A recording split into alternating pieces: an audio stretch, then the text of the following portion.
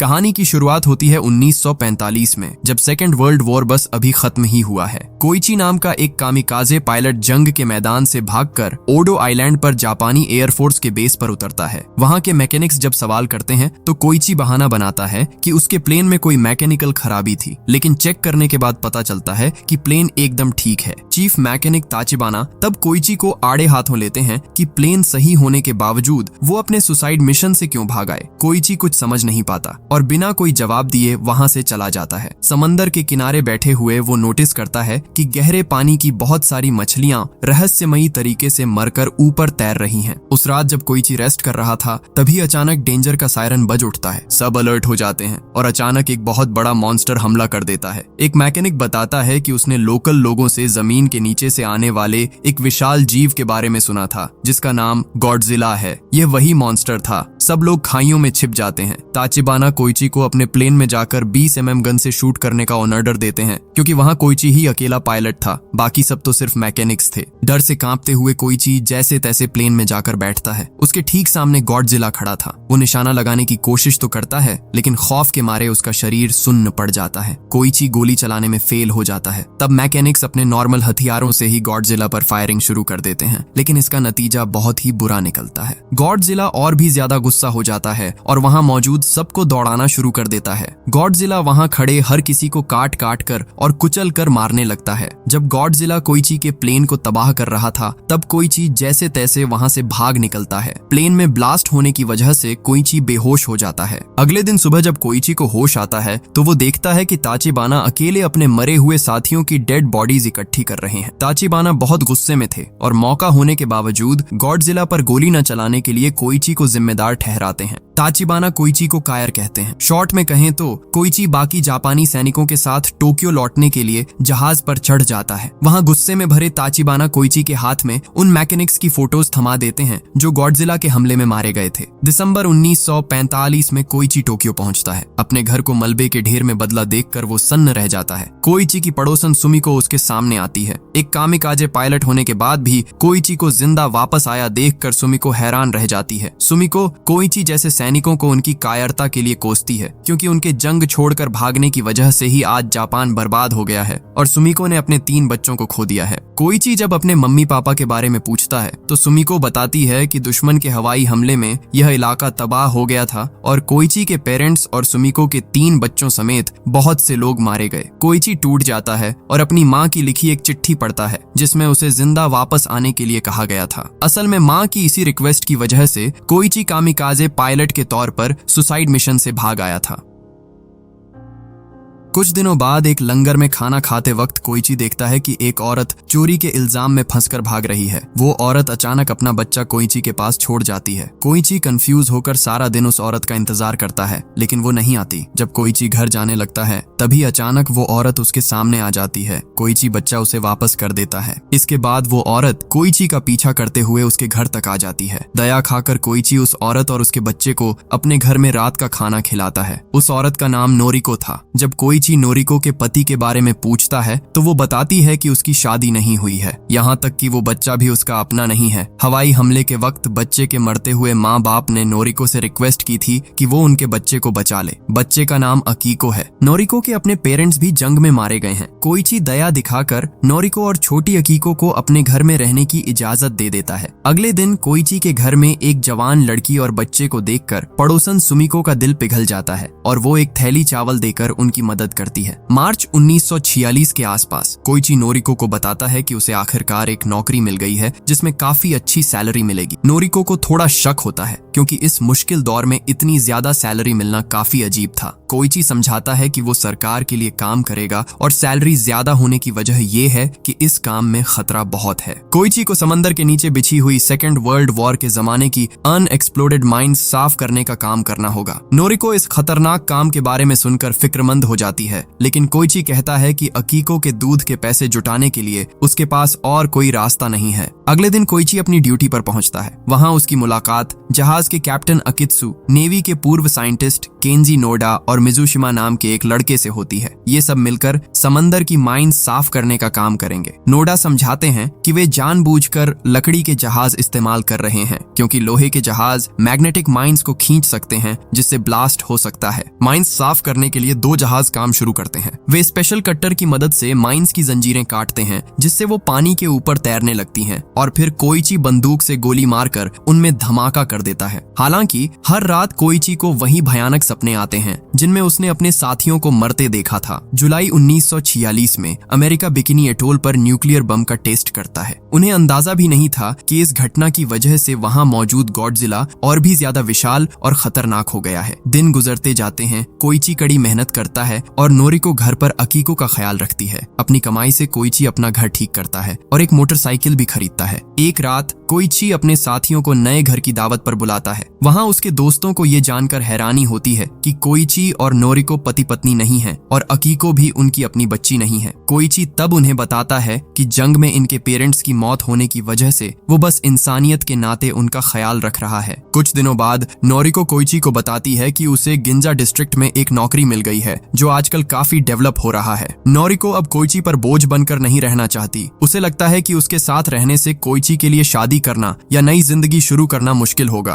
काम के दौरान वो अकीको को सुमिको के पास छोड़ दिया करेगी। कोइची नोरिको के इस फैसले को रोक नहीं पाता। इधर अमेरिका में एक अजीब घटना होती है। एक विशाल जीव अमेरिका के जंगी जहाजों को तबाह कर देता है और वहाँ काफी रेडियो एक्टिविटी मिलती है। वे अंदाजा लगाते हैं कि वो जीव जापान की तरफ बढ़ रहा है, लेकिन जंग के बाद के नाजुक हालात की वजह से अमेरिका जापान की मदद के लिए अपनी नेवी भेजने को तैयार नहीं होता क्योंकि उन्हें डर था कि इससे रूस भड़क सकता है। मई 1947 में बीच समंदर में कोइची और उसके साथी एक तबाह हुआ जंगी जहाज देखते हैं जिसे देखकर ऐसा लग रहा था जैसे किसी दानव ने उसे चीर दिया हो। सब उलझन में पड़ जाते हैं। तभी कोइची को पुरानी याद आती है। उसे यकीन हो जाता है कि ये गॉडजिला का ही काम है। कोइची नोटिस करता है कि गहरे समंदर की मरी हुई मछलियां फिर से ऊपर तैर रही हैं, ठीक वैसे ही जैसे उसने ओडो आइलैंड पर गॉडजिला के आने से पहले देखी थी। हालांकि जहाज का मलबा देखकर उसे समझ आ जाता है कि गॉडजिला पहले से कहीं ज्यादा बड़ा और ताकतवर हो चुका है। डरा हुआ मिजुशिमा हैरान था कि उन्हें ये मलबा चेक करने क्यों भेजा गया है। तब नोडा खुलासा करते हैं कि सरकार ने उन्हें एक सीक्रेट मिशन पर भेजा है, उस मॉन्स्टर को ढूंढना और उसे खत्म करना। मिजुशिमा को यकीन ही नहीं हो रहा था कि जहां इतने ताकतवर जंगी जहाज चूर चूर हो गए, वहां उनकी इस लकड़ी की नाव का टिक पाना कैसे मुमकिन है। नोडा समझाते हैं कि उनका काम मॉन्स्टर को इस इलाके में रोक कर रखना और उसे ललचाना है ताकि तकाओ नाम के जंगी जहाज के आने तक उसे बिजी रखा जा सके। वे आनन फानन में अपनी हिफाजत के लिए कुछ समुद्री बम इकट्ठा कर लेते हैं। अचानक कोइची देखता है कि ढेर सारी मरी हुई मछलियां ऊपर आ रही हैं, जिसका मतलब था कि गॉडजिला आसपास ही है। ठीक तभी गॉडजिला उनके साथ वाले दूसरे माइन क्लीनर जहाज पर हमला करके उसे तबाह कर देता है। मॉन्स्टर को अपनी तरफ आता देख अकित्सु तेजी से जहाज चलाकर भागने की कोशिश करते हैं। कोइची और नोडा एक माइन समंदर के पानी में फेंक देते हैं। जैसे ही माइन गॉडजिला के शरीर से टच होती है, मिजुशिमा उसमें ब्लास्ट कर देता है, लेकिन इससे गॉडजिला और भी ज्यादा भड़क जाता है। कोइची गोली चलाने की कोशिश करता है पर उसका कोई फायदा नहीं होता। नोडा और मिजुशिमा एक और माइन पानी में फेंकते हैं और इस बार वो सीधे गॉडजिला के मुंह के अंदर चली जाती है, लेकिन बदकिस्मती से ब्लास्ट करने वाली तार टूट जाती है और वे धमाका नहीं कर पाते। तब कोइची अपनी बंदूक से सीधे माइन पर गोली मारता है और उसमें ब्लास्ट कर देता है। गॉडजिला के मुंह के अंदर भयानक धमाका होता है, लेकिन वे यह देखकर दंग रह जाते हैं कि गॉडजिला बहुत तेजी से खुद को ठीक कर रहा है। मॉन्स्टर जब साइड से उनके जहाज को निगलने वाला था,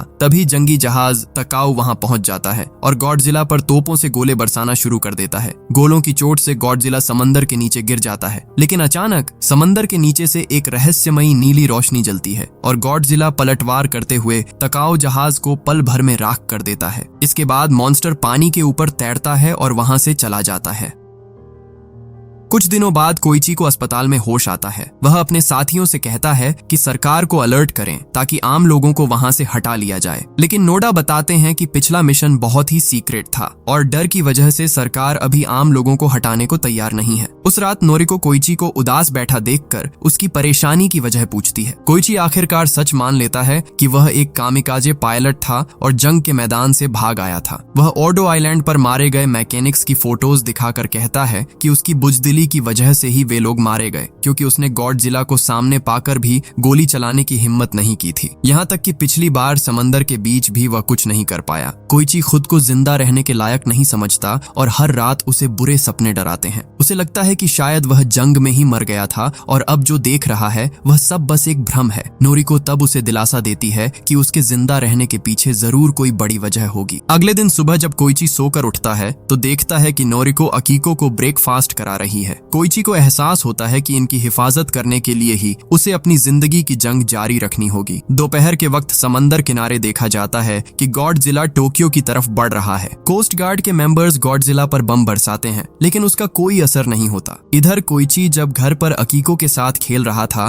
तभी रेडियो पर खबर आती है कि गॉडजिला ने गिंजा इलाके में तबाही मचानी शुरू कर दी है। गिंजा में मौजूद लोग डर के मारे इधर उधर भागने लगते हैं। नोरिको जिस ट्रेन में थी गॉडजिला उसे अपने मुंह से पकड़ लेता है और नोरिको छिटक कर नदी में गिर जाती है। गॉडजिला एक के बाद एक बिल्डिंग्स को तबाह करने लगता है। नोरिको पानी में भीगी हुई डर के मारे वहीं खड़ी रह जाती है। तभी कोइची आकर उसे बचा लेता है। आर्मी जब टैंकों से गॉडजिला पर गोले दागती है तो वो और भी भड़क जाता है। अचानक गॉडजिला का शरीर नीली रोशनी से चमकने लगता है और वो अपने मुंह से एक विनाशकारी एटॉमिक ब्रेथ छोड़ता है जो किसी न्यूक्लियर बम की तरह फटती है। धमाके के जबरदस्त झटके से कोइची को बचाने के लिए नोरिको उसे एक बिल्डिंग के पीछे धक्का दे देती है और खुद उस भयानक ब्लास्ट की चपेट में आकर उड़ जाती है। जब हालात थोड़े शांत होते हैं तो कोइची पागलों की तरह नोरिको को ढूंढता है लेकिन उसे सिर्फ मलबा ही दिखता है। नोरिको ने उसे बचाने के लिए अपनी जान कुर्बान कर दी। इस गम में कोइची सुन्न पड़ जाता है। दूर गॉडजिला को समंदर की तरफ वापस जाते देख कोइची गुस्से में जोर से चिल्लाता है। गॉडजिला के इस हमले में गिंजा इलाका पूरी तरह बर्बाद हो जाता है और हजारों लोग मारे जाते हैं। अगले दिन नोरिको के अंतिम संस्कार के बाद सुमिको लगातार रो रही अकीको को चुप कराने की कोशिश करती है। कोइची पूरी तरह टूट चुका है। तभी नोडा कोइची को बताते हैं कि सरकार गॉडजिला को हराने के लिए एक प्लान बना रही है लेकिन इसके लिए आम लोगों में से वॉलंटियर्स की जरूरत है। वो कोइची को अगले दिन की मीटिंग में आने को कहते हैं। मीटिंग में कैप्टन होता समझाते हैं कि वे एक बहुत बड़े संकट में है। जापान सरकार अपनी आर्मी का इस्तेमाल नहीं कर पा रही है क्योंकि इससे अमेरिका और रूस के बीच टेंशन बढ़ सकती है। इसलिए आम लोगों की ताकत से ही गॉडजिला का मुकाबला करना होगा। होता को उन 4 जंगी जहाजों के इस्तेमाल की इजाजत मिल जाती है जिन्हें यूनाइटेड नेशंस जब्त करने वाला था लेकिन उनके हथियार पहले ही हटा दिए गए थे।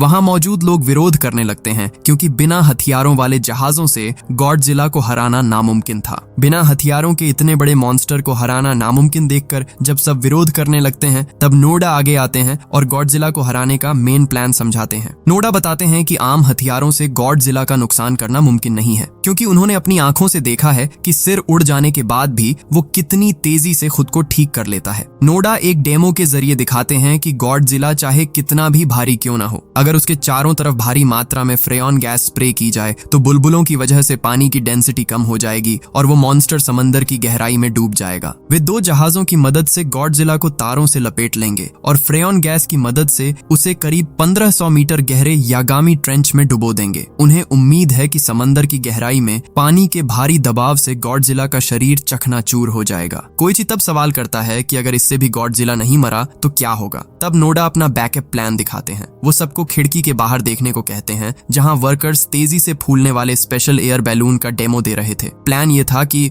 जैसे ही गॉडजिला गहराई में पहुंच जाएगा इन बैलून्स का इस्तेमाल करके उसे बहुत तेजी से वापस समंदर की सतह पर खींचा जाएगा। मॉन्स्टर चाहे कितना भी ताकतवर क्यों न हो, पानी की गहराई से अचानक ऊपर आने पर प्रेशर के तेज बदलाव की वजह से उसका शरीर डिकम्प्रेशन के कारण फट जाएगा। नोडा की इस बात के बावजूद कई लोग मायूस हो जाते हैं। कियों को लगता है कि यह एक सुसाइड मिशन है जिसकी कामयाबी की कोई गारंटी नहीं है। कैप्टन होता तब ऐलान करते हैं कि जो लोग इस मिशन का हिस्सा नहीं बनना चाहते वे जा सकते हैं। यह सुनकर कुछ लोग मीटिंग छोड़कर चले जाते हैं लेकिन जो रुक जाते हैं वे एक दूसरे को हिम्मत देते हैं कि अगर वे नहीं लड़े तो आने वाली पीढ़ी के लिए लड़ने वाला कोई नहीं बचेगा।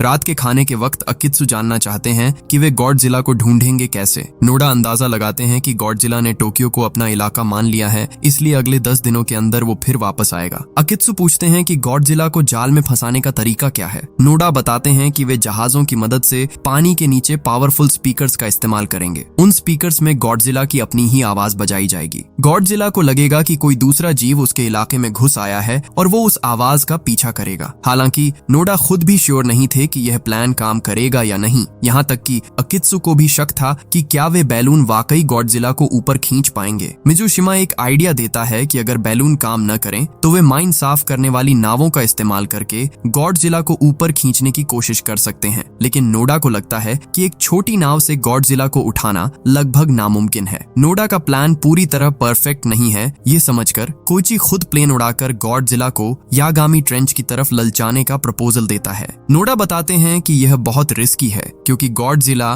किसी भी वक्त अपनी एटॉमिक ब्रेथ छोड़ सकता है, लेकिन कोइची अड़ा रहता है। उसके मुताबिक नावों के मुकाबले लड़ाकू विमान कहीं ज्यादा तेज और फुर्तीले हैं। अकित्सु समझ जाते हैं कि कोइची असल में नोरिको की मौत का बदला लेने के लिए सुसाइड मिशन का प्लान बना रहा है। वह कोइची को जान कुर्बान करने से मना करते हैं क्योंकि घर पर अकीको उसका इंतजार कर रही है। अगले दिन नोडा कोइची को वो प्लेन दिखाते हैं जिसे वह इस्तेमाल करेगा। ये जापान का उस समय का सबसे एडवांस फाइटर जेट है जिसमें 4 30 mm गन है और यह बहुत तेज है। हालांकि लंबे समय से इस्तेमाल न होने के कारण प्लेन खराब है और इसे ठीक करने के लिए एक माहिर मैकेनिक चाहिए। कोइची को तब एक शख्स की याद आती है और वह ताचिबाना को ढूंढना शुरू करता है। बहुत तलाश के बाद भी जब वो नहीं मिलता तो कोइची उसे कई चिट्ठियां भेजता है। नोडा किसी और मैकेनिक को ढूंढने के लिए कहते हैं, लेकिन कोइची जिद करता है कि उसे ताचिबाना ही चाहिए। घर लौटते वक्त कोई पीछे से कोइची पर हमला करता है। होश आने पर कोइची देखता है कि सामने ताचिबाना खड़ा है। ताचिबाना गुस्से में था क्योंकि चिट्ठी में कोइची ने उसे ओडो आइलैंड के मैकेनिक्स की मौत का जिम्मेदार ठहराया था। असल में ताचिबाना को सामने लाने के लिए कोइची ने जानबूझकर उसे उकसाया था। कोइची उसे बताता है कि गिंजा को तबाह करने वाला वो मॉन्स्टर ही गॉडजिला है। वह ताचिबाना से प्लेन ठीक करने की रिक्वेस्ट करता है ताकि वह गॉडजिला को मार सके।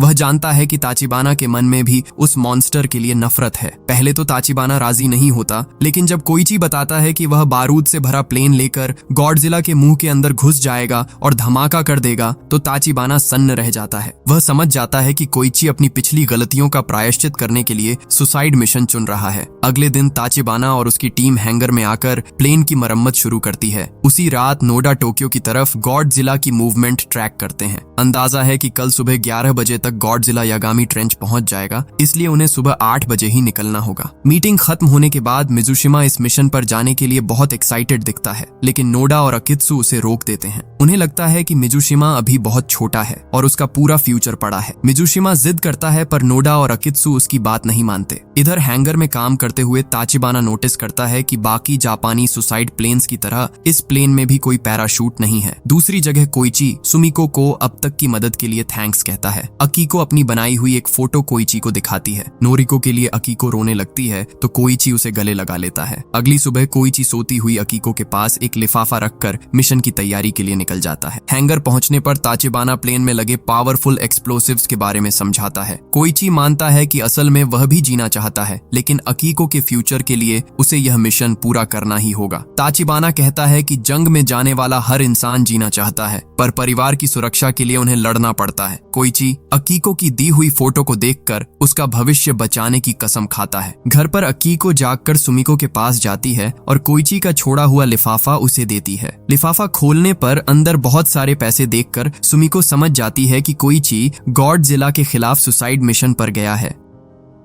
समंदर में मरी हुई मछलियां तैरती देख ऑफिसर्स गॉडजिला के होने को कंफर्म करते हैं। गॉडजिला को ललचाने के लिए स्पीकर वाला जहाज भेजा जाता है। बंदरगाह पर नोडा और बाकी लोग जाल बिछाने वाले जहाज पर चढ़ने की तैयारी कर रहे थे। तभी अचानक वे देखते हैं कि स्पीकर वाला जहाज जमीन की तरफ छिटक कर आ रहा है। वे देर कर चुके हैं। गॉडजिला पहले ही किनारे पर पहुंच चुका है। दूसरी तरफ कोइची अपना प्लेन लेकर उड़ान भरता है। गॉडजिला को जमीन पर आता देख नोडा और बाकी सब डर जाते हैं और उन्हें लगता है कि प्लान फेल हो जाएगा, लेकिन नोडा सबको मिशन जारी रखने का ऑर्डर देते हैं क्योंकि कोइची प्लेन लेकर गॉडजिला को वापस समंदर में खींचने के लिए आगे बढ़ रहा है। 4 जाल वाले जहाज समंदर की तरफ अपना सफर शुरू करते हैं। कोइची तब नोडा को फोन करके बताता है कि वह गॉडजिला को यागामी ट्रेंच की तरफ ललचाने के लिए तैयार है। इधर सुमिको को कोइची के नाम आया एक टेलीग्राम मिलता है और उसकी बात पढ़कर वह हैरान रह जाती है। दूसरी तरफ कोइची गॉडजिला पर फायरिंग शुरू कर देता है जिससे मॉन्स्टर भड़क जाता है और वह कोइची का पीछा करते हुए समंदर की गहराई में चला जाता है। जाता है। जब गॉडजिला एकदम पास पहुंच जाता है तब नोडा दो बिना पायलट वाले जहाजों को गॉडजिला की तरफ भेज देते हैं। गॉडजिला अपनी एटॉमिक ब्रेथ से उन दोनों जहाजों को तबाह कर देता है। नोडा समझ जाते हैं कि एक बार एटॉमिक ब्रेथ छोड़ने के बाद गॉडजिला को दोबारा उसे इस्तेमाल करने में थोड़ा वक्त लगता है और यही उनका सबसे अच्छा मौका है। बाकी बचे दो जहाजों को लेकर वे तेजी से मिशन शुरू करते हैं। वे नाइट्रोजन सिलेंडर और बैलून्स वाले तार गॉडजिला के चारों तरफ लपेट देते हैं। कोइची लगातार फायरिंग करके गॉडजिला का ध्यान भटकाए रखता है। दोनों जहाज गॉडजिला को चारों तरफ से घेर लेते हैं और कामयाबी से उसे बांध देते हैं। जब गॉडजिला दोबारा एटॉमिक ब्रेथ छोड़ने की कोशिश करता है वे फौरन फ्रेयन गैस छोड़ देते हैं, जिससे गॉडजिला बहुत तेजी से समंदर की गहराई में डूब जाता है। समंदर की गहराई में पहुंचने के बाद भी देखा जाता है कि गॉडजिला अभी भी जिंदा है। नोडा तब जल्दी से बैलून्स फुलाकर गॉडजिला को ऊपर उठाने की कोशिश करते हैं ताकि प्रेशर बदलने की वजह से उसका शरीर डैमेज हो जाए, लेकिन बीच रास्ते में गॉडजिला बैलून्स फाड़ देता है और दोनों जहाज उसे ऊपर खींचने में फेल हो जाते हैं। ठीक उसी वक्त सबको हैरान करते हुए मिजुशिमा ढेर सारी मछली पकड़ने वाली नावें लेकर वहां आ पहुंचता है। आम लोग और मछुआरे सब मिलकर गॉडजिला को ऊपर खींचने की जंग में शामिल हो जाते हैं। सबकी मिलीजुली कोशिश से आखिरकार गॉडजिला को समंदर की सतह पर खींच लिया जाता है। डिकम्प्रेशन की वजह से उसका शरीर जख्मी तो हो जाता है, पर गॉडजिला अब भी मरा नहीं था और वह फिर से एटॉमिक ब्रेथ छोड़ने की तैयारी करता है। अचानक आसमान से कोइची अपना बारूद से भरा प्लेन लेकर सीधे गॉडजिला के मुंह के अंदर घुस जाता है। प्लेन गॉडजिला के मुंह के अंदर ही भयानक ब्लास्ट करता है, लेकिन कोइची मरा नहीं। वह पैराशूट की मदद से वक्त रहते बाहर निकलने में कामयाब हो जाता है। असल में ताचिबाना ने चुपके से प्लेन में एक इजेक्शन सीट और पैराशूट लगा दिया था, क्योंकि वह चाहते थे कि कोइची जिंदा वापस आए। दूर से वे देखते हैं कि कोइची के हमले की वजह से गॉडजिला का शरीर पूरी तरह तबाह हो रहा है। आखिरकार वे गॉडजिला को हराने में कामयाब हो जाते हैं। बंदरगाह पर वापस आने के बाद सुमिको कोइची के पास दौड़कर आती है और नोरिको का भेजा हुआ वो टेलीग्राम उसे देती है। पता चलता है कि नोरिको करिश्माई तौर पर जिंदा बच गई है। कोइची फौरन अकीको को लेकर अस्पताल भागता है और नोरिको को जिंदा देख लेता है। कोइची रो पड़ता है और नोरिको के सामने अपने दिल की बात कहता है, लेकिन समंदर की गहराई में देखा जाता है कि गॉडजिला का एक हिस्सा अभी भी दोबारा जुड़ रहा है, जिसका मतलब है कि गॉडजिला अभी पूरी तरह खत्म नहीं हुआ है। और ठीक यहीं पर यह कहानी खत्म हो जाती है।